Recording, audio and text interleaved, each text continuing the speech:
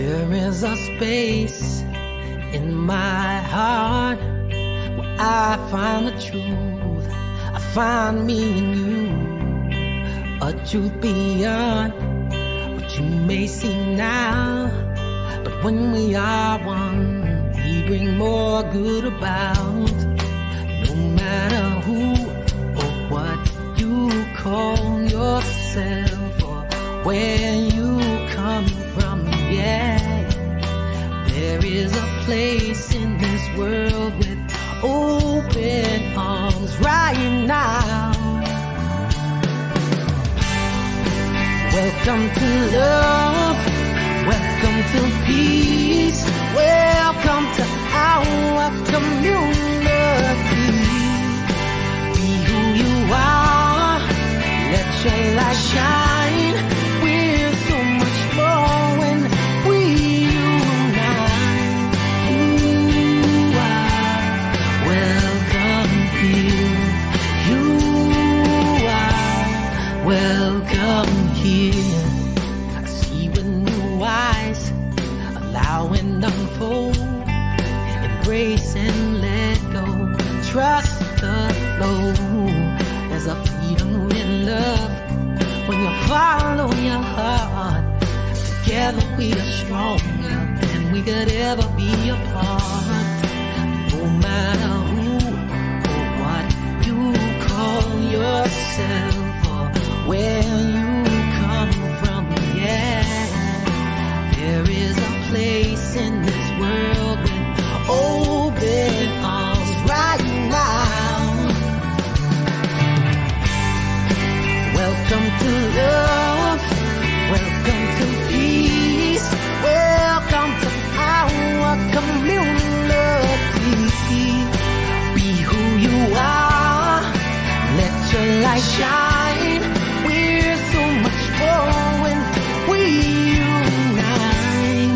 You are welcome here.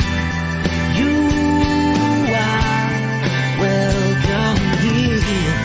Breathe in and out, slowly feel all that's around you, all that you feel, all that you know. Let it go. Welcome to love, welcome to peace, welcome to our community. Be who you are, let your light shine. We're so much more when we unite. Yeah, when we unite. Oh, we unite. Yeah, yeah, when we unite. Yeah, yeah,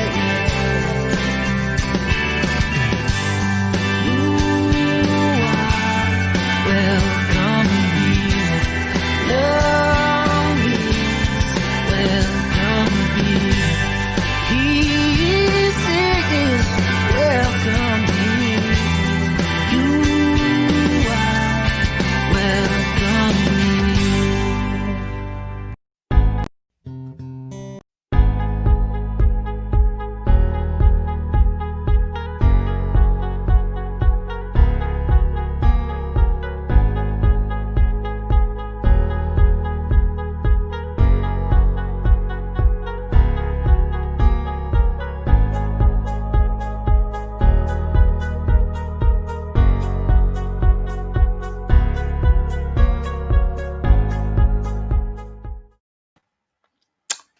And we are back. We are here. You are welcome here. Good morning, good afternoon, good evening, good night, and good day to you wherever you are at this very moment in time. Thank you for tuning into yourself first and then tuning into the podcast Ade Presents Being You. And when you tune into yourself, you get to listen. When you listen, you're transformed. When you're transformed, we become a transformational agent. I am Ade, your transformational beingness artist. I'm also your transformational agent because that's what I do. That's one of the reasons I was created, to transform, to inspire, to empower, to teach, to be the place where God gets to reveal itself as love, as compassion, as understanding, and all the other stuff. Some of those are not so pretty, but you get to see God in it all, right? Welcome to another episode of Ade Presents Being You, Season 2, Episode 14. Today is Tuesday, August 4th, 2020. We are assisting you back to yourself. This is a journey back to yourself. Being You is supporting you, reminding you to take a look at how you see yourself, how you see the world, how you see yourself in the world, and how you see the world in you. Because there is no separation. It all belongs. And if you're listening to the audio, check out Ade Presents Being You on YouTube. The YouTube channel is Life Conversations Media. And also you can find us at Being You Podcast. That's the Facebook page that's the handle, at Being You Podcast on Facebook. That's where we're hanging out. That's where we're doing what we're doing. Thank you all for being here. Thank you all for saying yes to life. Today's themes.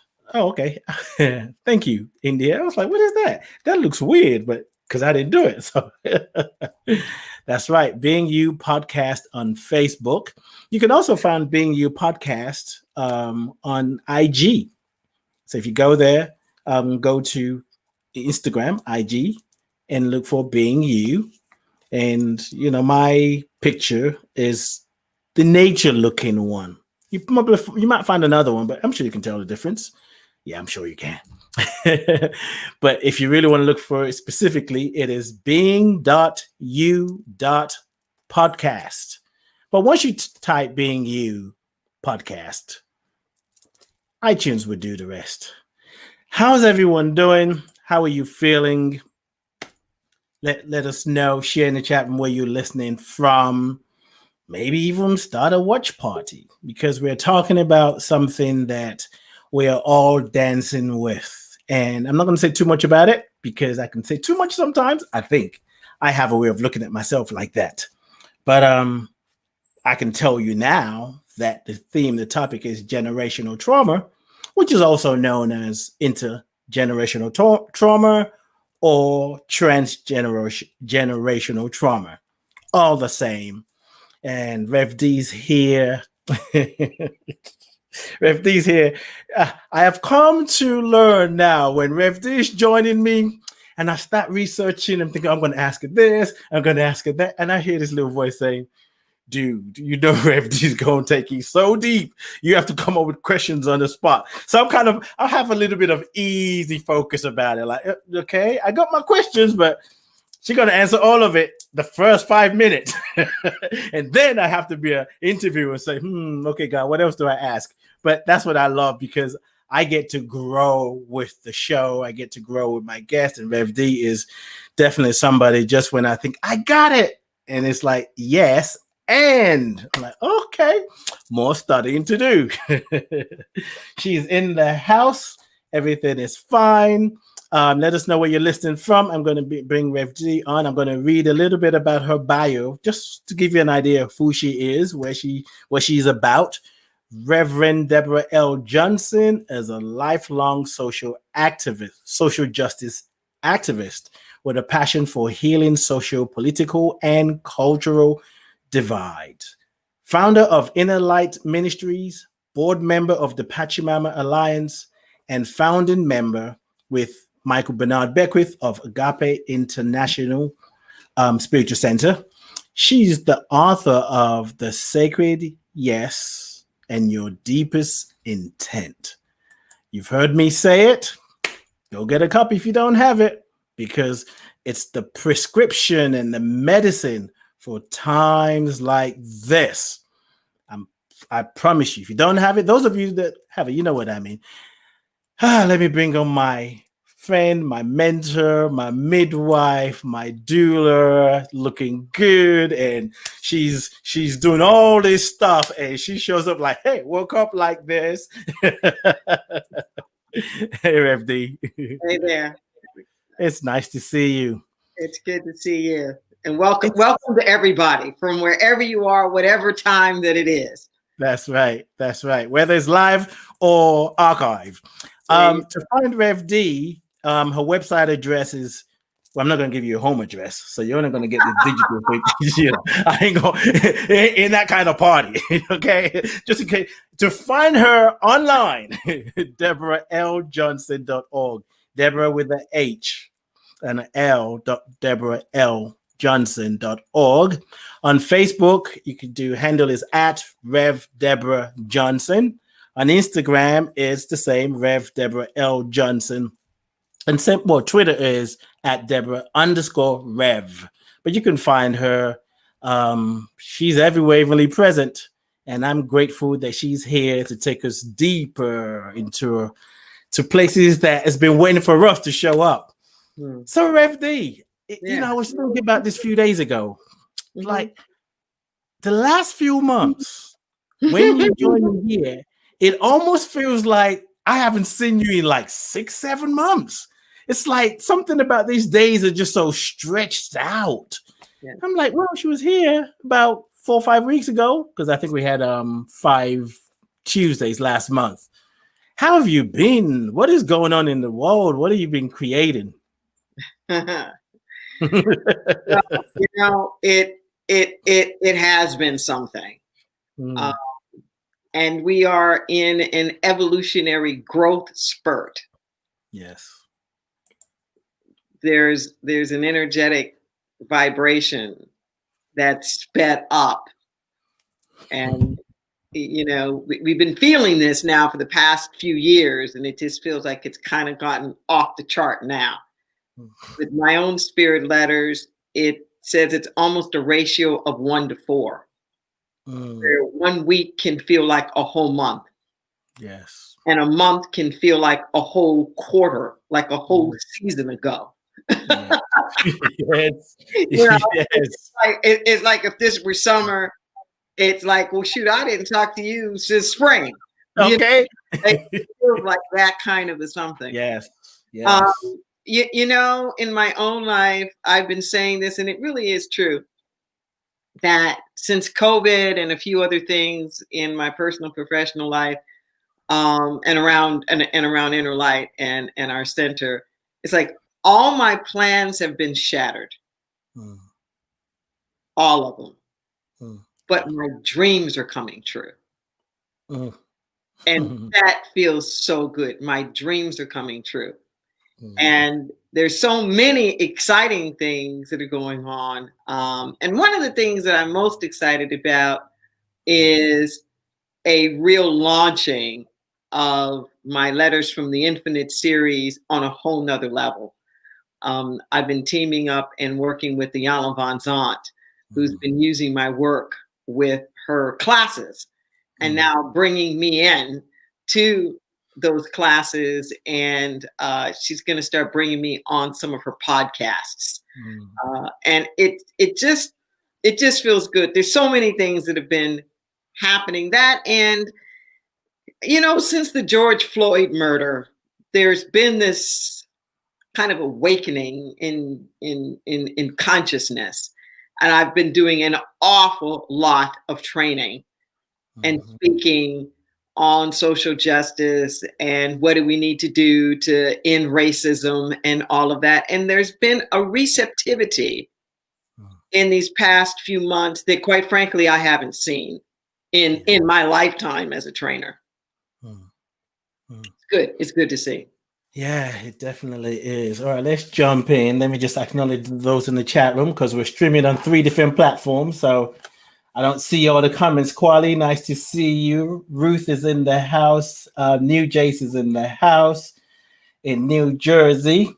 And she said she had a power outage. Sorry to hear that. Hope you're going to come back and join us. Russell is here. Yes. So We're talking about generational trauma. I'm holding on and I'm opening up because everybody actually don't put your seatbelt on. You're already safe. You're already secure. Allow yourself to surrender to what wants to happen. Generational trauma, which is also known as intergenerational trauma or transgenerational trauma. And what I want to do here, Rev D, is just, the way that I want to lay a foundation here just for listeners so we can have a place of taking off. And I want to just read a short sentence paragraph, well, not even a paragraph here, from a book of a friend of mine called Ancestral Blueprints. And the way she defines traumatic events, because it just kind of lays the foundation. Because sometimes I feel like if we say generational trauma and we talk about racism, some people might like, oh gosh, I can't deal with racism. But to just kind of narrow it down to the basic, and I find that this is one of the easy ones. So Lisa Iverson is the author. The book is Ancestral Blueprints, really good book, and it's another book that's good for times like this. And she wrote, according to the National Center for Post-Traumatic Stress Disorder, a traumatic event is something horrible and scary that you see or that happens to you. During this type of event, you think that your life or others' lives are in danger. You may feel afraid or feel that you have no control over what is happening, at the basic level. And there are many ways that happens. And personally, I feel like some of what we're dealing with, what has happened is like the generational trauma is now something in us to soften up. Our heart is softened so we can see. And I've also experienced sometimes a conversation as if, oh, we have generational trauma. That's why we'll never succeed. Now here's another baggage we got to carry. And for me, it's like also having compassion for that kind of conversation. But so I know you're ready to go. I'm not even going to dare ask you a question. I'm just going to throw it over to you because I can feel you. Like, come on. Powered up. It is an interesting subject. And there's so many different ways to take a look at it.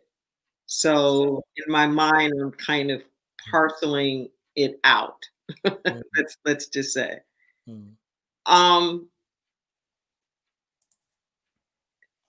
There's the kind of trauma that's intergenerational in that every generation is up against and experiencing the same thing. Mm-hmm. So there's a repeat of it. Yeah. There's other kinds of trauma that are legacy, mm-hmm. where the remnants and the residual of it mm-hmm. is still lingering. Yes. There's other kinds of intergenerational trauma that are combinations of those things mm. and that are so deeply hidden that you don't even realize right. that it's impacting as deeply as it is. Mm. Mm. So there's some stuff that's like up in the face. And it's the subject of conversation and discussion, and then there's other stuff that's just, it's like insidious that it's there. So there's all these different, and that's not an exhaustive list. There's all these different kinds of ways in which it shows up. Yes. And there are a couple of things that I want to say about this to just start off the discussion. One is that so in the inner, so in the outer, as above, so below, that the macro and the micro are just the same thing in different levels. So what we call the macro is just the micro supersized, and vice versa. The micro is just the macro at a more individual level. So everything that we're saying now is going to be true, whether it's at the smallest micro level, intergenerational, let's say in your own personal family, as it's also going to be true at the larger, more collective level, like national families, so to speak, or racial groups. And I say that to say that as we're discussing this, think about it on different levels, and there may be some level where you relate to it more. So I may be discussing something at a macro level, like a racism or some kind of war trauma or something like that. But think about it in terms of your own home. Think about it in terms of your family and the things that you've seen happen in your family, or it might be vice versa. So don't think that it's got to be confined to either a large arena or a small arena. The same principles are working everywhere. There's not a different gravity for a rocket ship than a tennis ball. It's all the same thing. A symphony or a little harmonica. It's all music. Just breathe that in. Another thing to keep in mind is that everything is energy. Everything is energy.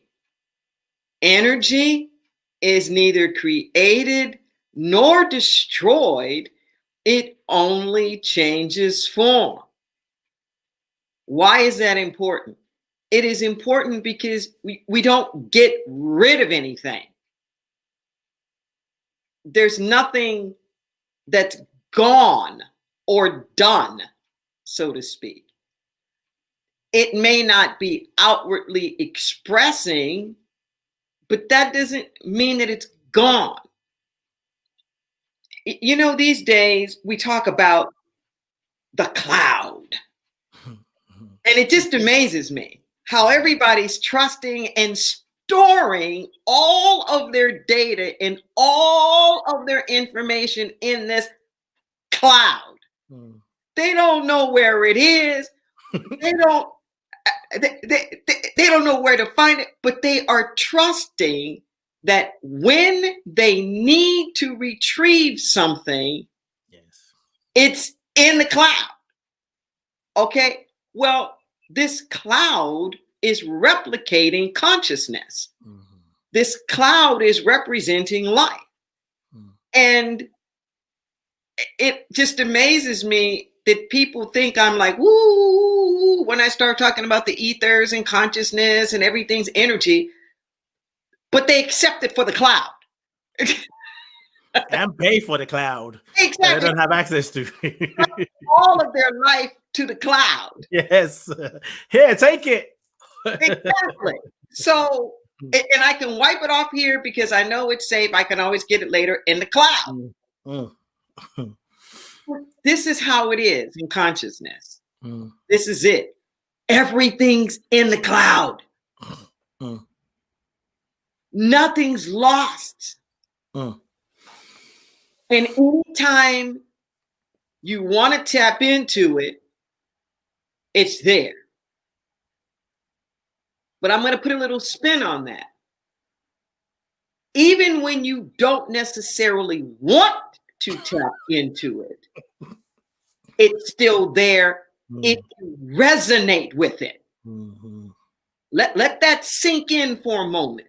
Yes. You may not be, it's just like trouble. You may not be like looking for trouble. But if your consciousness is in that mindset, it kind of reminds me of in my cheating days. And I'd be like, well, baby, I don't know how it happened. I don't know what happened. It's like, well, did you give her your number? Let's just bring it down to the bare minimum. Yeah. Well, did you get her? Well, yeah. Well, did you call? Well, you know, and then you're wondering how it happened. The answer is in the cloud. It's all in there. Yeah. So when we start vibrating that and resonating with that, if I were to give an example, it'd be like when you're raising a child, you want to make sure that the kid isn't around quote unquote bad influences or like the wrong quote unquote the wrong people. Because you know, if they start hanging out with certain crowds, they're going to start developing those habits. Mm-hmm. So we got to pay attention to what we're vibrating with. See, we got to pay attention to what we're resonating with. We need to pay attention because like vibrations magnify. I like the way that Joe Dispenza puts it when he talks about our brain. That he says, the thoughts that fire together, wire together. Yes. Okay. The thoughts that fire together, wire together. That literally every time there's a thought, there's a neural pathway that's developed. There are little chemicals and whatnot that are released. And it becomes like an intricate spider web, so to speak. So that when thoughts are repeated and the thoughts are reinforced, it's like going from a little twine to a thick rope to something that's really strong and sturdy. This is how we have memory to begin with. We're here talking about generational memory. The way that memory is created through these neural pathways, these networks of connections in our brains that fire and wire together. But it's not just the brain. Our new science is beginning to show us that our heart thinks and that things actually hit our heart before they hit our brain. So for every thought, there is a reaction within the body. This is what we've come to know of as cellular memory. Cellular memory. So that even now, as I'm working with the trainer to get like knots out of my back, you know, or my legs or stuff, or what, it's like traumas, emotional traumas, physical traumas. I've had some whiplashes in my life. It stays in the body. It stays stuck in the body. And what's more is that a lot of times what we call hereditary tendencies, like has your family had cancer? You know, does diabetes run in your family? Does this thing or that thing? What we know is that these quote unquote hereditary tendencies are not just a matter of genetics. Okay. It's the way that your lineage has metastasized consciousness. Okay. So to let that sink in for a moment. From generation to generation, we adapt. Whether it's, you know, webbed fingers or you know, hair color, or, you know, these things, we're constantly adapting. It could be the trauma of the weather. intense heat, or whatever. But over time, we adjust to these things, Yes. so to speak. So when we talk about this idea of generational trauma, there's a lot of reinforcement. is my point here. It isn't just, oh, this one thing happened and there's a story about it, and we just keep telling ourselves a story. It's that, no, we become the embodiments of this trauma. And we know, for anybody who's doubting what I'm saying, we know that if a person focuses too much on negative stuff, it causes disease. Anybody who's really healed from cancer or something like that, they didn't heal just from chemotherapy. Right. They had an overhaul in their life, their priorities, their attention, diet, all of it. Because it all comes together. So we are complex, and we're sharing things. We're passing things down generation to generation with how we have responded to things. Right. It's not the end of the story. It doesn't mean we're just stuck with it, but you can't heal what you don't feel. And unless you're willing to own it and recognize it, you can't do anything about it.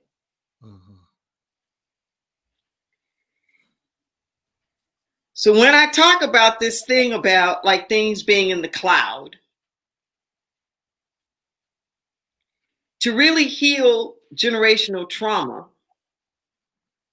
it's going to also mean that we have to relinquish our attachment to the time-space continuum as we know it. Yes. Okay, so just settle in for a second, take a breath. Maybe put the seatbelt on this time.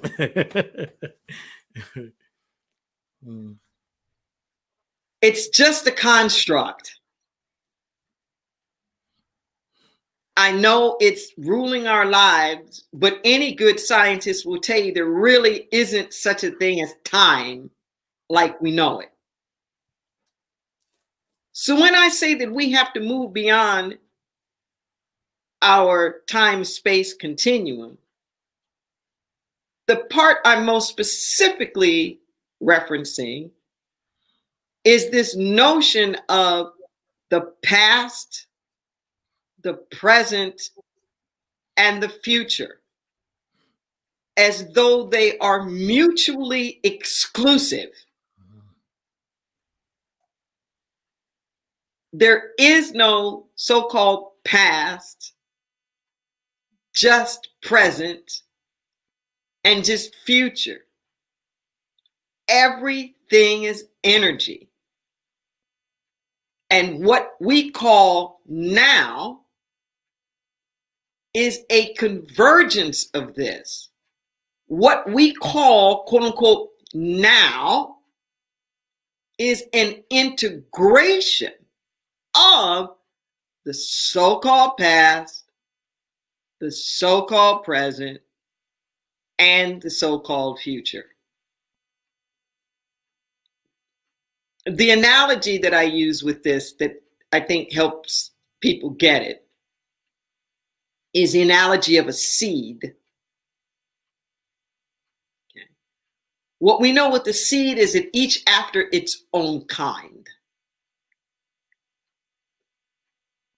A carrot seed is a carrot seed. Carrot seed is not an apple seed. Carrot's never going to produce an apple. Apple's never going to produce a carrot. Each after its own kind. Breathe that in for a second. Each after its own kind. So if I have an apple seed in my hand here, what do I have in my hand? I don't have just a seed. That seed is encoded with the entire essence of appledom, applehood. It's all in that seed. That the DNA of apples since the beginning of time is sitting in this one seed. So when this one seed blossoms, what it's blossoming is not just itself. This notion that we have about the individual and I'm just standing on my own 2 feet, my own 2 bootstraps, it's poppycock. You know, all of us come from someplace. We are all begotten. We are all begotten. So this seed is a representation of all its past lineage. At the same moment, this present moment, this seed is what it is. It's a seed. It's filled with all the potentiality of the future as well. So it's how it exists now, and encoded in this seed is all of the DNA of its past, but also encoded in this seed is all of the apples for the future. Wow. In this seed. Every moment is a seed.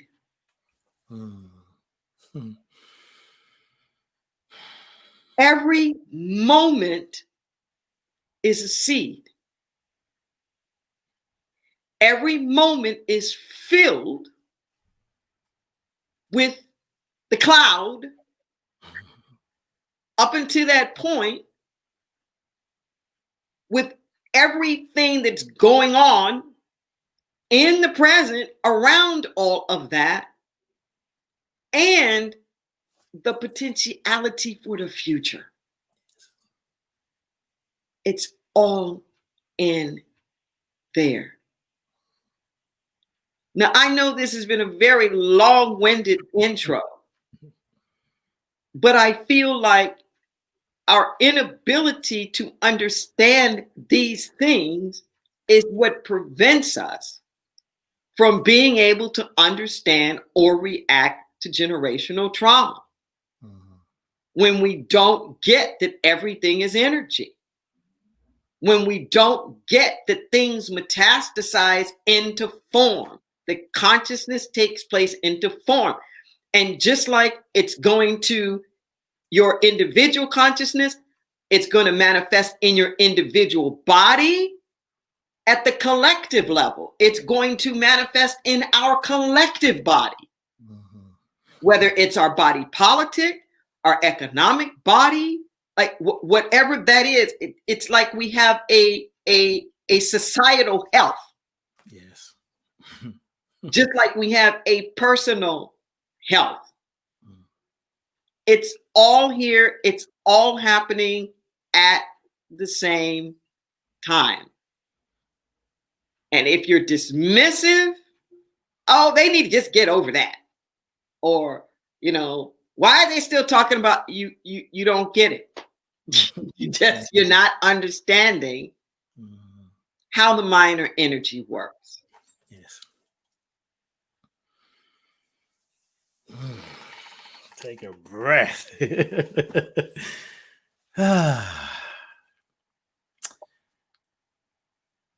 I love the idea and the reminder, and maybe for some people it's first time hearing that, as above, so below. And what you're saying here is, you know, I can tell a story about, generational trauma because it's what happened in my family. And so does other people have their own stories. And we're not in a vacuum. So how I'm showing up, my own energy vibration intermingles, interconnects, interrelates with theirs. So we create all kind of different things. So we may even create more of what we say we're trying to heal based on how we're dealing with it, because we just focus on the past and we're forgetting that we're a seed that has a vision for the future. Exactly. And yes. Go ahead. And what we don't understand is that because there is not this distinct past, present, and future, we can heal the past. Not only can we heal the past, I contend it is every generation's responsibility to heal the past. Whether it is your personal past, yes, or whether it is our collective past. That's it. And this idea that, oh, something happened, it's done, it's over with, there's nothing that can happen with it. No, that's just not true. But it means that we have to have the courage to face it and tackle it. And I want you to hear what I'm saying. I'm not just saying that you simply stop the pattern so that it doesn't happen anymore. When you do that, you don't really get the healing, because that's just a shift in behavior. And it's still going to come out in some kind of way. It's like when you hear me say, we never really ended slavery. We didn't ever end it in the United States as a moral issue. It's still on the books. It just morphed. The 13th Amendment in the Constitution says slavery and involuntary servitude will not exist in any of our jurisdictions except as punishment for a crime of which you have been duly convicted. So we went from justification for slavery being just because of the birth of your Blackness to turning Blackness itself into a crime. So this whole criminal thing, and it's not just about Blackness. This is why we still have sex trafficking and and this stuff all over the world, because we haven't ended it. Right. But you can, and I contend that you must. One of the new things that I'm working on is a racial truth and reconciliation project. Where I'm working with some of my colleagues for us to have some public, really courageous conversations about the traumas. Yes. And just naming it. This is beyond apology.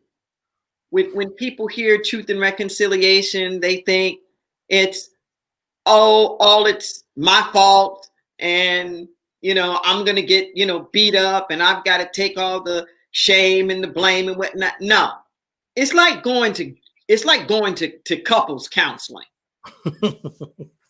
Couples counseling is like a truth and reconciliation. It's rough. Where, okay, this is what's going on with you, and this is what's going on with me. And as you mentioned earlier, Ade, everything is energy that happens with each other. If we're arguing or we're fighting, it's both of us. We're in it together. There's something that we're each bringing to the table here that's keeping this thing going. So if we wanted to shift, then I'm going to have to shift too. I can't just point my finger at you. That's it. and say you were wrong, you were bad, you got to make up for it. Whatever is going on is an energetic dance between us. And I haven't seen the brave enough conversations about this dance that we're doing racially, cross races. And it's time to bust this sucker open. I'm so with you. So yeah, and you are high on the list to be part. I am so with you. Conversations. Yeah. And it's not just for the present. Somebody asked me on one of these shows I've been doing recently. They said, how do you explain racism to a child? That all of this stuff going on, with George Floyd and Black Lives Matter. And I said, here's what you say to a child. You assure the child that everybody is equal and valuable. All of us, regardless of who we are and where and all of the rest of that. And that includes them. And then you explain, but we haven't always acted like that. This is how it is, but we've done some things that went against that. And you know what? We got to go fix that. We just have to go clean it up. That's what you say. And it's like that. This pointing the finger and where did it come from, and well, it wasn't my fault, and it's like it doesn't matter. The energy's still there, right? The vibration's still there. It's still there. It's like, I'm going to leave the smoke in my house. Well, I didn't put the smoke in there. Right. I didn't set the house on fire. It's our responsibility to clean up the air. Yes. To clean up water. To clean up everything. I was raised in Girl Scouts. And it was very simple. It was the concept that the native populations have done all over the world. You leave the place better than you found it.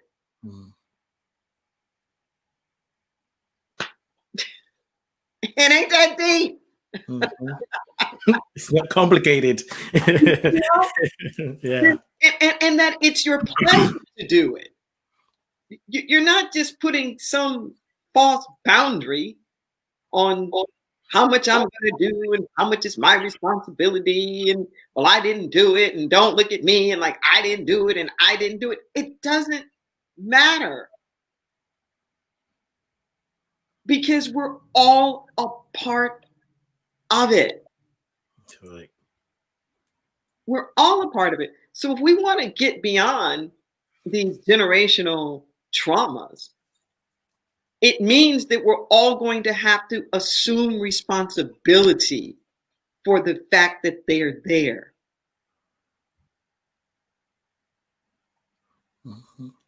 I know that's a tough one to swallow, but we all have to assume responsibility. Tomorrow I'm going to be starting another workshop. It's a couple of weeks. It's August 5th and August 12th. That's going to be looking at spiritual tools for social political times. And we're going to be using 3 letters from my book, The Sacred Yes. And if you don't have a copy of the book, if you register, we'll send you these letters, an electronic word version of them. And I love how in some of these letters, they're explaining that there really is only one of us here. There's no like them over there. There's not like the good one and the bad one. That there really is only us. And this little twist, it says a lot of you get into this habit of feeling like, well, I didn't have anything to do with that. And, that wasn't my fault. And, I'm not thinking that way. And like my attention isn't over there. And it was explaining maybe that's how you're part of the problem. Mm-hmm. Mm-hmm. Because you haven't been thinking about it. Mm-hmm. Mm-hmm. Because the subject is not being graced with your healing energy and your healing consciousness. Yes. So your blind eye and having nothing to do with it may be part of the problem. Mm-hmm. Mm-hmm. You're thinking it makes you exempt, but it's actually making you complicit. That's right. That's right. There is no way out. We're all in it together. We're all in it together. And how wonderful that is. Instead of it feeling like it's a burden, when we realize we have this enormous power to unleash energy, we have this enormous power to bear witness to each other's pain and break the chains. We have this extraordinary capacity. I want to share just a couple of generational trauma things, these moments that meant so much to me. And it was actually Black on Black trauma. So I spent a month in Ghana 10 years ago. In fact, if it wasn't for COVID, I'd be there now. With the Etherian Mission celebrating their 45-year anniversary. I was with them for their 35-year anniversary. Brother Ishmael Tete is their leader, founder and leader, and one of my colleagues and mentors. So I didn't have any appreciation when I went of how important and influential our role was as people, quote unquote, from the West. I traveled on my own, but I hooked up and went with the Agape contingency. And Beckwith and his wife at the time, and me and my wife at the time, we all stayed at Tete's house. So we did all these tours. We were on the equivalent of like Good Morning Africa a couple of times, and hip hop radio, and the Palace, which is like the White House, and the tribal kings. We were all these different places. We were treated like dignitaries, police escorts everywhere. Unbelievable. So before the king of Accra, when the British pulled out, they gave the land back to the tribal leaders. And the area of the capital, Accra, is controlled by the tribe, the Ga tribe. There are these different tribes, but they're the Ga tribe. And I'm before the king, and I even wasn't scheduled to speak, but I'm there with this contingency, and a lot of us are Africans from the diaspora. And I said to him,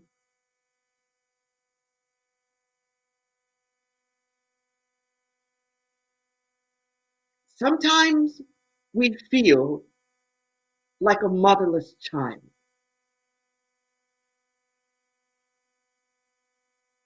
Like we're from the far, far away from home and our homeland. Yes. And those of us who are now mixed race feel even further sometimes, and we wonder, where do we really belong? There are all these messages from our country that even though we're citizens, the country's not for us. And then we're told these stories that Africa really doesn't want us either. The African nations, that we're not African enough. And I said, and we feel kind of lost. I said, and quite frankly, forgotten.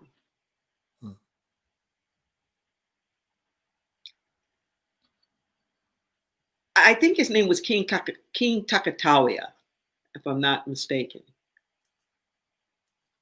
And he just looked at me and said, basically, how can 20 million people be taken from a mother's breast?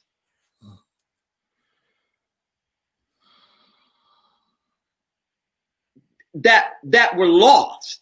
I mean, that isn't like all of them that were taken. You know, those are just ones that like died at sea or whatever. Right. How? He said, how can we forget? He said, it's not in our nature as Africans to forget. He says, memories in the bones. We don't forget. And he was like, we haven't forgotten you. And we pray for you. And then he gave us libation. That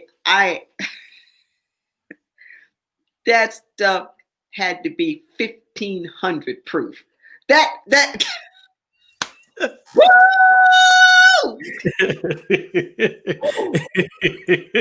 I drank that stuff. You saw your past lives and your future life. It's like this only one. The steam started coming out of my head. And you know what? It was like putty. And it sealed a hole in my heart. It sealed a hole in my heart. And I remember how upright I was for like the next 60 days or something. I mean, you couldn't talk to me. I mean, I was just, boom, just what? You walk around going, I wish you would. I wish you would. Like, it was like, I am the Watusi with my little yellow face. Hi, yellow face. I double dog dare you. Come on. And close to that same time, another friend that comes here from Burkina Faso, which is the nation that's just north of Ghana. I have a deep connection with him. He comes to the Santa Cruz area a lot. And I've developed a relationship with his parents, whom I haven't met. And his father is the tribal king of like where he is. And he told me to gather together at the center the people of African descent, because his mother had a message. And his mother apologized to us. You know, we were sold into slavery by other Black Africans. We think of slavery as like just the white people. No, it was this whole business trade that was going on. They knew exactly who they were selling because of their skills and all of the rest of that. And she apologized. She apologized for the role of her ancestors in selling us into slavery and let us know that we could always come back home. We just cried. It was an apology that I didn't even know I needed, or what. It never had even occurred to me. The president of Ghana got on TV and apologized. and said that they didn't know. Slavery's not new, but in Ghana, it was like an indentured servitude for 7 years. And then you got out and you were required to marry into the family. So it wasn't, he said they had no idea what was happening to us across the seas. And then he offered, and I think pretty much all of us, but surely those of us who are African American, dual citizenship that I think still exists, that you can come back. And they were trying to get people to like come back and retire to Africa. And I'm bringing these up to say that something shifted. The traumas of this past, something got released within me. Something got healed of a connection to the past that sort of let it rest and let it be. Even this understanding that they didn't understand. Let me let go of a lot of stories and stuff. And it's never too late. Because we're still carrying this stuff like around with us. Yes. And I specifically chose this because it's Black on Black. It's not, like good guys, bad guys, and, the evil, whatever. The trauma's the trauma. Trauma is the trauma. And Rev D, because there's more than two, but there's so many things that you've said. And my mind is just like, I don't know, it's doing something. When you tell that story, or just, this was happening for me. So when we talk about generational trauma, and was always like, the conversation about, I didn't do anything. I don't own slaves. My parents didn't do nothing. I don't know anything about it. The things that we reject, even beyond slavery, is the stories that also get missed is how Native Americans were treated, slaughtered, the California genocide, children removed, and the rape. But when I bring it to the African American story, it's like there are people alive today whose maybe grandparent or great grandparents was lynched. There are people alive today, maybe grandparent or great grandparent did the lynching. That lives in the body too of the descendants. So we're all carrying this. And the story that you told really emphasized what you said earlier. The apology that was given in the now healed the trauma of the past, which creates a different future. And I this thing about the seed consciousness, I think that's the problem. We're not seeing ourselves as the seed that holds the stories of the past, is in now, and has a vision for the future. And it's all happening now. But we're dealing with, I'm a seed, and this happened to me as a seed, and this is why my shape is like this. I'm a seed. I'm a mango seed from Nigeria, but someone brought me to UK, but it's still gonna grow because it has a vision if we allow it to grow. Yes. And I want to segue that into something that happened for me. And I'm sure a lot of people can relate to it, because I know that when I hear truth, when I feel it, when it's downloaded, it's like, it's beyond makes sense. It's like, yes. So I've been part of a lot of groups, workshops and stuff, gatherings in the last few weeks. And there's been conversations about white people need to do their thing and black people need to do their thing. And then when we heal, then we can come back. And it's not so much about this affinity group. It's actually different from that. It's a little bit more on the extreme side. And I've been troubled. It's like, yeah, I get that we need to do our thing. We can have affinity groups and then we come together. But it's for me, it looks like the conversation was coming from a place of pain and hurt, which I have compassion for. So, and one of the things I want to throw to you was this, but then this morning, I had started listening to your talk on Sunday, but I didn't finish it. So I was watching it this morning, and which the title was Compassion is a New Frontier, something like that, right? So I was like, yes, we got to move to that place of compassion. That's the way forward. And then you use John Lewis's letter that he wrote to be made public at his funeral about basically we are the one to heal. It's kind of like what we're talking about. It's like, yeah, we've all been traumatized, but compassion, love, and understanding is the way forward. And that's how we save the nation. That's how we save all nations. When I was watching, so I've agreed with compassion is a new frontier. But when I start watching those videos and images of Black people that have been killed by police officers, murdered by police officers, the Emmett Tills, all the clips that they showed, it's like somehow I could not access compassion. I started to get angry.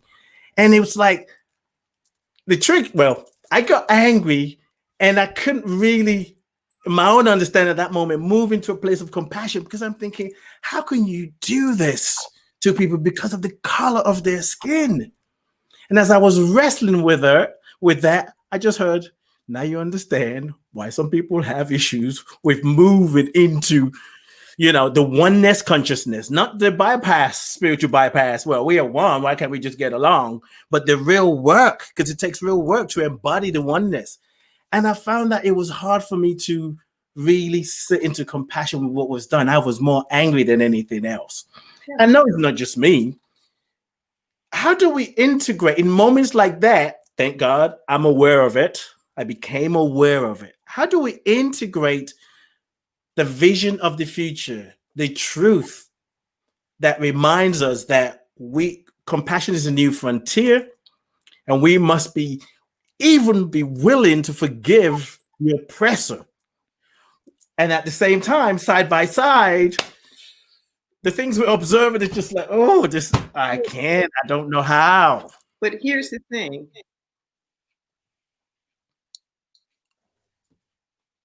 The only way you can get to where you're talking about is that you have to go to the oneness. Start there first. Right? That has to be the foundation stone upon which you stand. Okay. So what it looks like is this, where you stop othering. Because the moment that we can other, that's when we can get into the blame and it's you and it's not me. And when we move from how could they do that to how can we do that? Just let that sit for a moment. Not how can they do it, but how can we do it? If we were to break it down, so in the inner, so in the outer, the macro and the micro, if we were to make this a family, for example, okay, and you're watching whatever, you're watching domestic violence, you're watching molestation happen, you're watching substance abuse, it's a family problem. That the one that's acting out is acting on something. Yes. Okay. And the healing that has to take place is collective. So the therapist is like, I want to see all of y'all. Yeah, your son's a crackhead, but you know what? If we gonna heal this, yes, I need all of you in my office. Okay, so it's just like a family. That as long as you're in the family, like, I don't know what's wrong with that boy. You know, he always getting himself in trouble. Ooh, that girl so fast. Mm-hmm. She always opened up her legs to somebody, you know. Mm-hmm. But you got to ask yourself, well, why is she so sexual? Mm-hmm. What happened to her? You know, why is this kid a drug addict? What are they escaping? What really, you know, the bully is hurting. Yes. The bully is hurting. The bully is afraid. The bully is a coward. The bully feels weak. And we can look at the bullying, but it's that until we shift to the we, how can we? And I'm not saying it's easy. And that trip to Ghana, the first thing that Brother Ishmael did is he took, I mean, literally, like after we did hip hop radio, within 12 hours, we went to the slave dungeons. Mm. And he left the two of us there. That was rough. God. And came back. Now, I thought it was a little hard because he wouldn't even let us cry, process, or nothing. And then he took us to the rainforest, those big, you know, where you're walking on these walkways that are suspended up above in the sky, like for miles around, and you're just walking and looking down and like all this oxygen from one environment to the other. But I never forget what he said to us. He said, "You're from America." He said, "You were the last stop on the slave trade.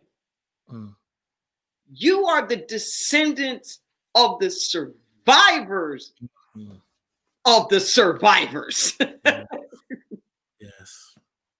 And he said, "And look at you now. Look at the influence that particularly Americans from the African diaspora have on the world." Yes. And world culture and influence and soul and rhythm and beat. And he says, and he kind of put it in perspective. It's like, no, nobody would have liked slavery, but because we have been dispersed, the world has a chance to feel our soul. Yes. The world has a chance to get redeemed some with our spirituality and our shamanism and all these things that might not have gotten exported. Yes. You know, out there. And I mean, he just put like this whole other spin on it. And it's like, look, y'all are the strongest of the strong of the strong of the strong. Those of you who are here now. But it's going to take all of us. And when I was there, literally my ancestry, my descendants came over on the Mayflower. I can tell you like exactly who. The Mayflower. Not even like one of the other, the Mayflower. And I'm connected to George Washington's family. His mother was a Ball. And my great-grandfather, Charles Ball, was from that very famous Louisiana family. Oprah's had them on her show and whatnot. And he never had a white wife. Just my grandmother, my great-grandmother, and all these quote-unquote colored children in his will. And I remember sitting there and this long line. His father was in the Virginia legislature. I come from this long line of powerful white politicians. So that literally I'm like related to the founding fathers. I don't usually share that publicly. So I'm in these slave castles and I'm thinking, I mean, literally it was like, it blew a fuse between the white slave owners in my blood and the black slaves in my blood And this, how could one side of the family do this to the other side of the family? Mm-hmm. You know, I've had to work all this stuff out within me, the native stuff that you talk about. I grew up with my great-grandmother, Bertha Johnson, and two of her sisters, and they were half Cherokee. This long, thick, ropey hair, you know, like a horsetail, like, you know, down the bottom of their backs and whatnot. And her sharing how their father was a black freedman. And I didn't know the difference as a child. So I don't know whether he was a freeman or a freed man. But they were in Texas, and he would send his Cherokee wife across the Rio Grande so that all of them were born in Mexico to be born free. Mm. Mm. To be born free. Mm. And I have relatives who were Buffalo soldiers, who were the black soldiers that were sent west to kill off the buffalo, to starve out the natives. You know, I mean, it's like it's all in here. That's right. And in consciousness, whether it's in your DNA or not, that's the point we have to get to. Yes. Where this is all ours. And I am telling you, in a family, you don't solve the dysfunction until the family owns it. I don't care what it is. Until the family owns it and says, you know what? This has been our stuff for years, for generations. And we have to face it. Yes. We have to talk about it. We have to look at the impact that it's had on all of us. We have to find some way to make amends and love each other through this. So I don't care whether it's your individual family or whether it's a big collective national family, but that's the only way you heal generational trauma. Is you've got to face it, and you have to own it as you being a part of it. Regardless of what part. Even if your part was just the head in the sand that didn't know, oh, my sister was being raped. Oh my God, I didn't know. Then that's your part. The clueless. Right. The clueless consciousness, right. But that cluelessness also aided and abetted. That's right. That's right. You know, that's why when people talk about, well, I don't see color, it's like, shut up. Yes. Just don't even say it. Just shut up. Save your breath. I'm about to lose you as a friend. Just stop right now. I know you think that you're trying to win some points. Yes. You're losing points. Don't say it. Pretend to be clueless right now. Just for a moment. Because all you're really saying is that I don't want to see my own color. That's what you're telling me. That you are so uncomfortable with your own, you refuse to see mine. Yes. And how are you going to help me when you can't see me? How in the world is telling me I'm invisible to you supposed to make me feel better? Right. Right. Nah. So just as I don't see color, we got to get over that. I don't see slavery. I don't see abuse. I don't see institutionalized this. I don't see that. I don't see. Well, that's part of the problem right there. you don't see. So shut up and let the people who can see talk. Yeah. Shut up and open your eyes. Ooh, I like that. Right. Yes. And start to see. Then you can be part of the problem. Then you can be part of the conversation. Then you can be part of the solution. But you can't be part of the solution when you can't see. You can't heal what you don't feel. Simple. So Rev D, I want to ask you this question, and it's kind of like two different things, but I want to tie them together.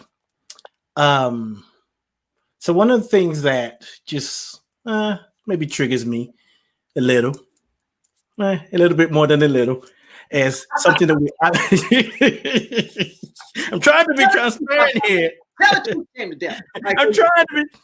It's this bull crap about black on black crime. That statement, I don't know. I think someone said Nixon came up with it. It puts black people in this thing like, look, they're killing one another. When we have a white man, a white boy go to school and kill children, we don't say nothing white on white. We don't say, I mean, that mindset. And then the other thing that I want to say about that before I drop the other question in is, because I know you're tied together, is if we're going to talk about black on black crime, then we need to talk about white violence, which is what white supremacy is about. So I wanted to ask you your thoughts on that, and then I'm going to tie it with something that may be completely different, but once again, I know you can tie it together. Yeah. So go ahead. So I think what's getting missed when we talk about black on black crime is we're missing this piece that we're talking about now, which is the generational trauma. So here's what happens with oppressed people. After a while, they get into what we refer to in diversity fields as internalized oppression.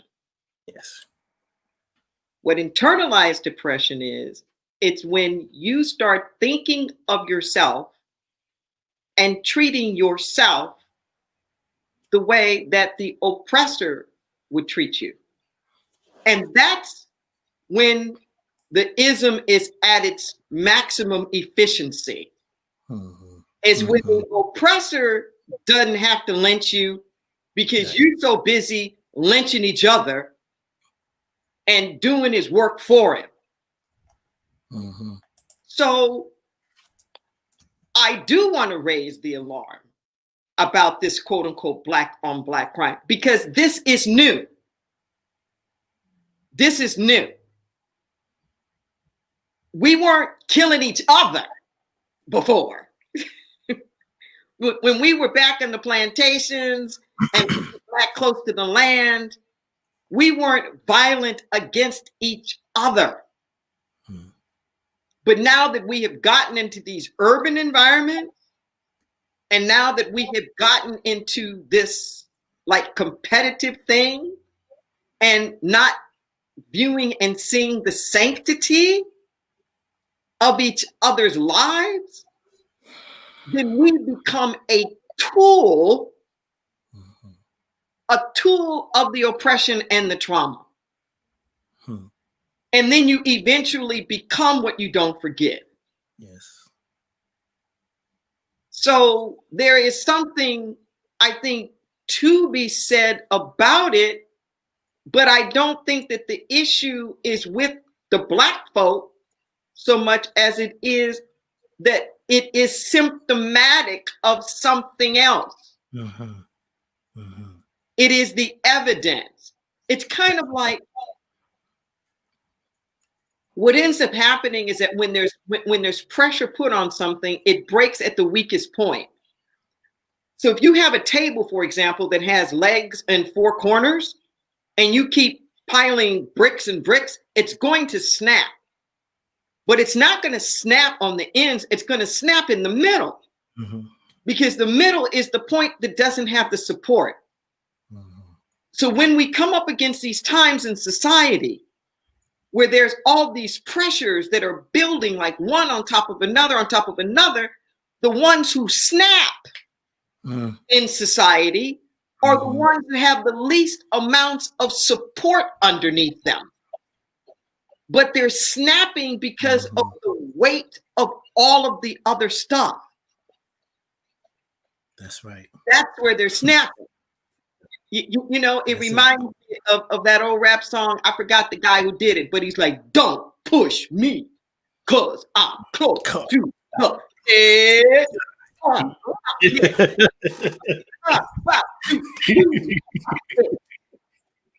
It makes me wonder how I'm going under. And I've been at those moments when I'm saying that song, it just out loud, "Don't push me, because I'm close to the edge."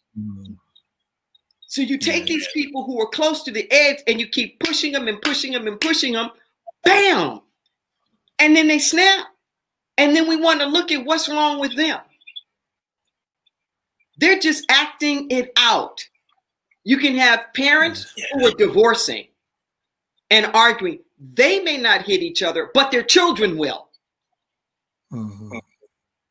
When the kids are doing violence, we never think, oh, it's just a bad. If a kid takes a gun and shoots everybody up in school, we don't think it's just a kid. Right, we know there's something else going on. And we need to lift each other up. And if you really believe that Black lives matter, then act like Black lives matter. Across the board, from healthcare, education, resources, jobs, housing. Act like their lives really matter.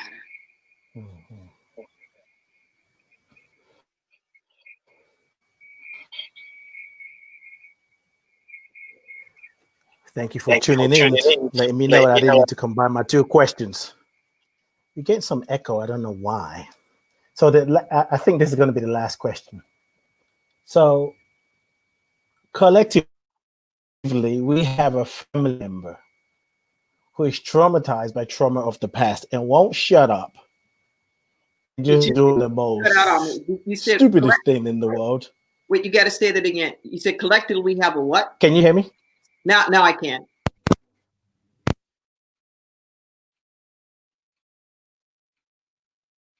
I don't hear you. Somehow I'm getting muted. Hear me now? You're going in and out. No? But in and out. Can you hear me? Yeah. Okay. Okay, so I said, let me try this.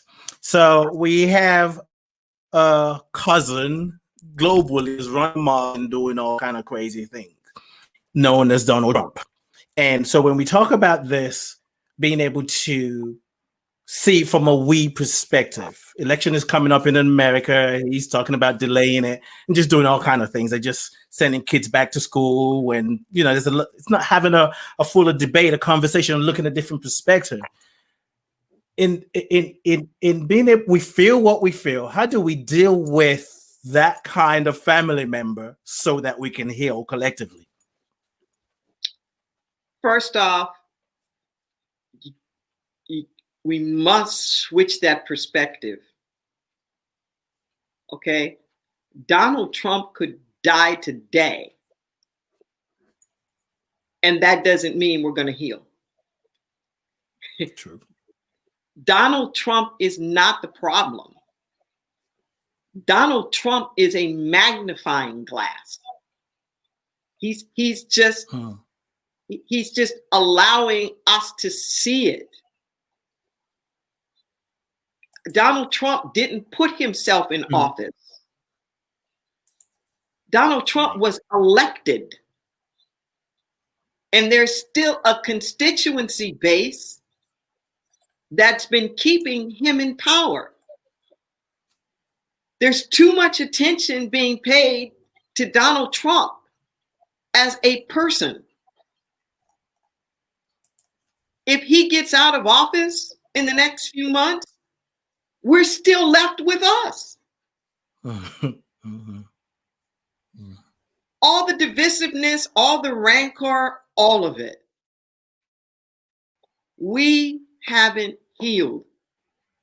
What Donald Trump has been able to do is to successfully exploit tensions that have already been there, and with the help of foreign powers through our social media, exacerbating these tensions, and we're caught up in it. When the protests were going on about George Floyd, and in Minneapolis, this is before he started sending all these troops in, and in Minneapolis, when they were trying to torch the police department, I said then, before I heard any news stuff, I said, those aren't Black people. I don't even know who's out there rioting right now, but those are not Black people. When we riot, we are very specific. It's not loose, crazy all over the place. We don't burn houses. We don't burn schools. We don't burn churches. We don't burn the post office or the this or that. It's commerce. It's always symbols of commerce and money. And the last thing that we would do is try to burn down the Popo's house, because that is suicide. And ain't nobody up right for suicide. Right. Okay? The point that I'm trying to make is that this is the new enemy. Divisiveness is the enemy. Now, I'm a baby boomer. So when I grew up, it was nuclear war. And we had to do these duck under the table drills in the desks and whatnot, and the nuclear fallout and what's going to happen, and, you know, and Russia and blah, blah, blah. The war now is not atomic bombs. It's not explosion like we dropped the atomic bomb in Japan twice. The new warfare is implosion. The new warfare is we tear each other apart. You know, when I just talked about Black on Black crime and how it's the evidence of the internalized oppression, where we are doing to each other what the white man would have been doing to us. So that's what's happening now in our body politic. Is as Americans, we are pulling each other apart. The way that Russia or China or the rest of it would want to disempower us. So we've got to be really, really careful here that what is at stake is our democracy. And what's going to make our democracy stand is not just I win over Trump, but how do we come out of this together, where we can create the platforms again to listen, where there can be dissent, where there can be disagreements of opinions, and that make us stronger and not weaker. But this desire that we have to want to silence the other half, this desire that we have to want to wipe them off the face of the earth, or just gain control of them, or to mute them or shut them up, it's the problem. So it doesn't matter whether Trump is doing it. Trump, it's got to stop.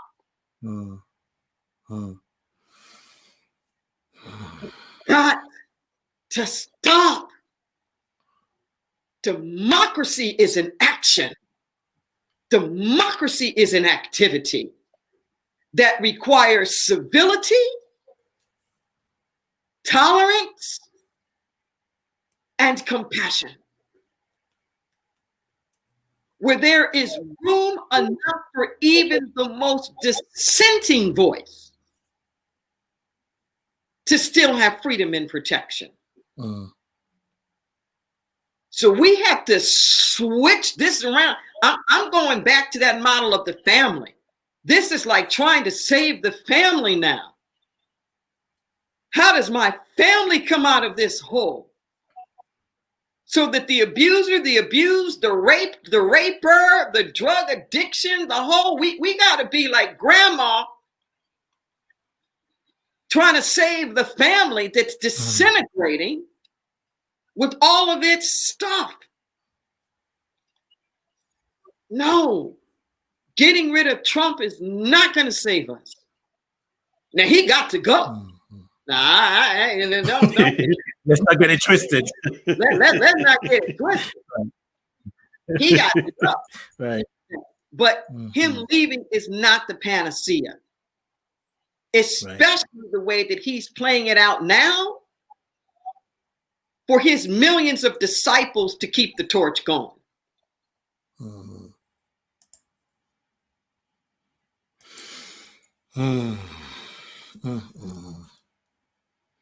Yeah. And that's why I really believe what you said, not just believe, I know that we need a truth and reconciliation kind of gathering, because this is a time for us to really wake up. You know, we're moving from spiritual ignorance to spiritual awakening. And the bridge is that deep inner spiritual work. To be able to allow the healing to happen, so we can move in a way, bring ourselves, surrender even with our own pain, bring that to the table so the healing can happen. Yeah, and I'll end on this, and that seed analogy. We hear these words about all men are created equal and endowed by their Creator with certain inalienable rights, But there's something we're not understanding. That's the preamble to the Declaration of Independence. It was written specifically to King George by these founding fathers, which was giving them the justification to challenge the king, to say, we have the right, when we think that the government is unjust and unfair, to turn it over or to start a new one. This declaration was, we're equal to you. It was not everybody's equal to us. You got to catch that. We are equal to you, but not everybody is equal to us. So that Declaration of Independence, that preamble that everybody has hooked into, is a seed. It is a seed of promise that has not been planted in fertile soil. So what they did is they made this declaration to him that we're as good as you are. But then they went on to create this Constitution. We're in the second article. It starts talking about who's free, who's not free, who's being counted as 3/5 because you'll never be free. You get what I'm saying? It's like the infrastructure was built in another way. So we keep talking about this, everybody created equal, as though that's been our infrastructure. But it's never been our infrastructure. It's been a seed idea with an infrastructure that was counter to it. Our infrastructure has always been at cross purposes with this compromise mentality of trying to have slavery and freedom coexist. Right. And it can't. We just keep kicking this can down the road. And that's where we are now.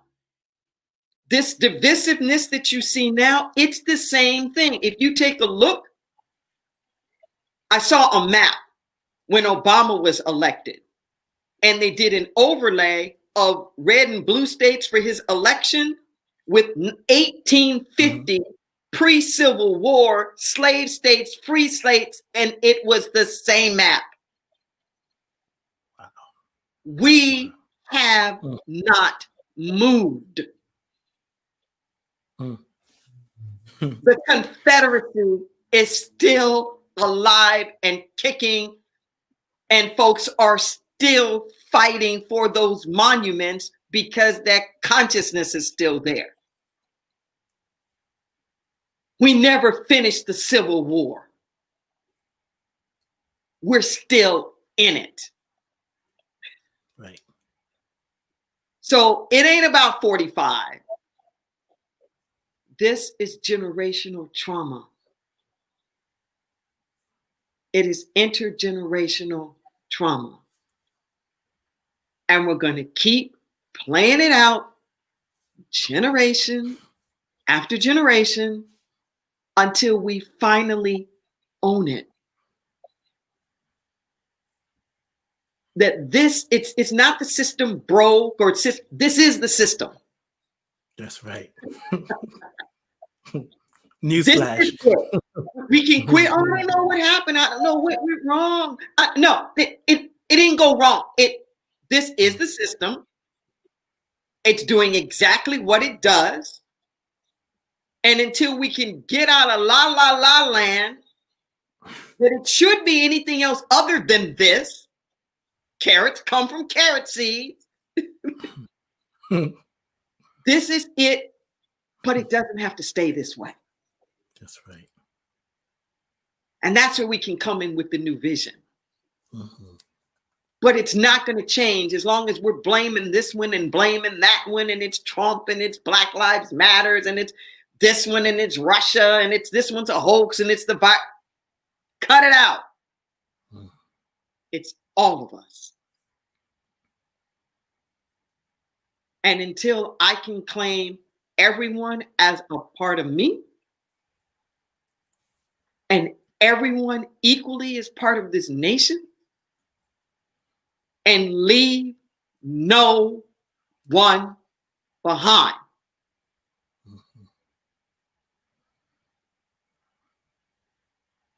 People are angry because they're displaced. They're angry because they're not the majority anymore. They're angry because they're losing power. They're angry, you got to make it great again because it's not great because they're not top dog. But that's a transformation and a transition we have to have compassion for and usher through. Yes. It's like when you have a new kid in the family and the baby's not the baby anymore. Right. You gotta negotiate that.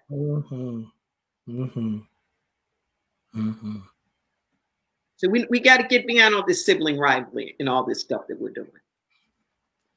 Which makes me think of, to summarize the show, is something you said many, many years ago. We got to move from we won, we W-O-N, to we are one, O-N-E. Yes. Yeah. We're one, not we won. That's right. Yep. All right, my brother. I'm ready. So speaking of we are one, you're serving a lot of soul food for people. So you have a workshop coming up starting tomorrow and a week tomorrow, Wednesday, August 5th. Tomorrow, Wednesday, it's August the 5th, August the 12th. It's at 10 a.m. Pacific Daylight Time. It's 90 minutes. And you can look on my Facebook post, whatever, you could go straight to register. It's $50 for a couple of sessions, plus all the materials. You get the link with the registration, and you go to paypal.me/my name, Rev Deborah L Johnson, just like you got it on the screen. Yes, and that's coming up. And if you can't make it there because you have a doctor's appointment or you just feel like taking a nap, it'll be recorded. You can get a recording. And it's called Spiritual Tools for Social Political Times. So if you're inspired to step into the oneness in a real way, not in a spiritual bypass kind of way, this is a tool. This is something you can use. You learn everything you need to learn. And aren't you doing the visioning as well, Rev D? Yes. Yes. You got a visioning gathering coming up. Yeah, you can check out my Inner Light website.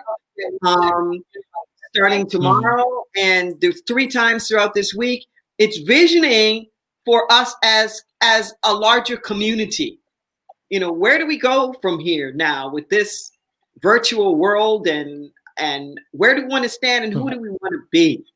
And it's open to anybody. It's free, very interactive. Bring some paper and some markers, because we do drawings, and it's no lecturing and talking. We meditate. We share the things that are coming for us. It's brain stilling instead of brainstorming, and listening for divine revelation. So our steps will be ordered. Yes. So it's innerlightministries.org, right?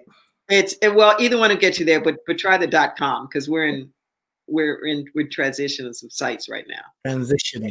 Okay, got it. Check it out, register, and be part of the change.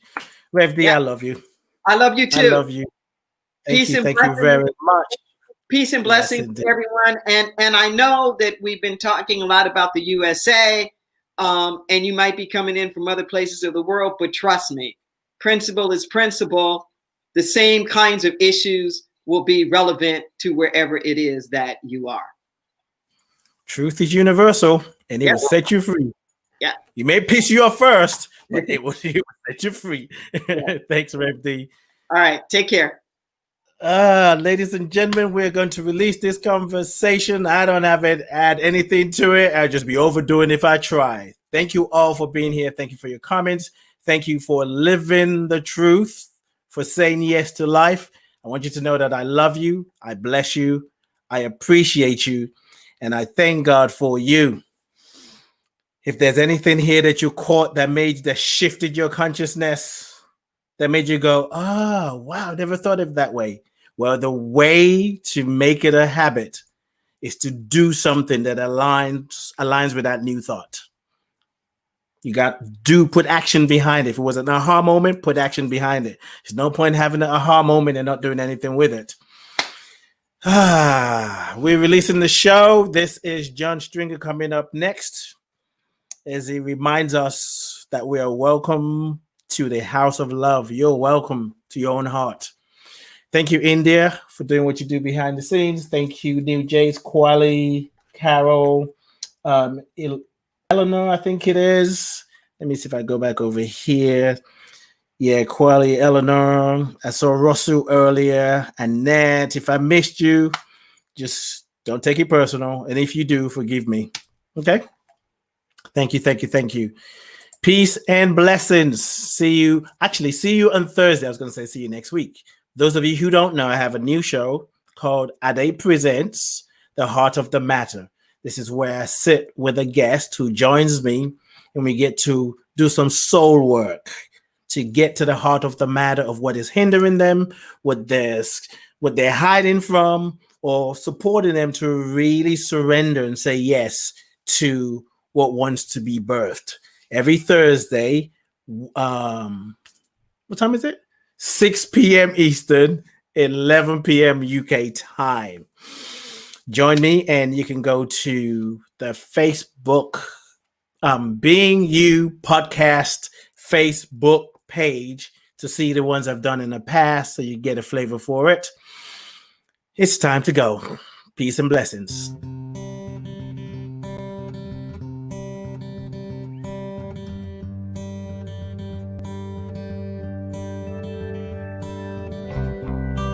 There is a space in my heart where I find the truth. I find me in you, a truth beyond what you may see now. But when we are one, we bring more good about. No matter who or what you call yourself or where you come from, yeah. There is a place in this world with open arms right now. Welcome to love, welcome to peace, welcome to our our community. Be who you are, let your light shine. We're so much more when we unite. You are welcome here. You are welcome here. I see with new eyes, allow and unfold, embrace and let go, trust the flow. There's a freedom in love when you follow your heart. Together we are stronger than we could ever be apart. No matter who or what you call yourself or where you come from, yeah, there is a place in this world with open arms right now. Welcome to love, welcome to peace, welcome to our community. Be who you are, let your light shine. We're so much more when we unite. You are welcome here. You are welcome here. Breathe in and out, slowly feel all that's around you, all that you feel, all that you know. Let it go. Welcome to love, welcome to peace, welcome to our community.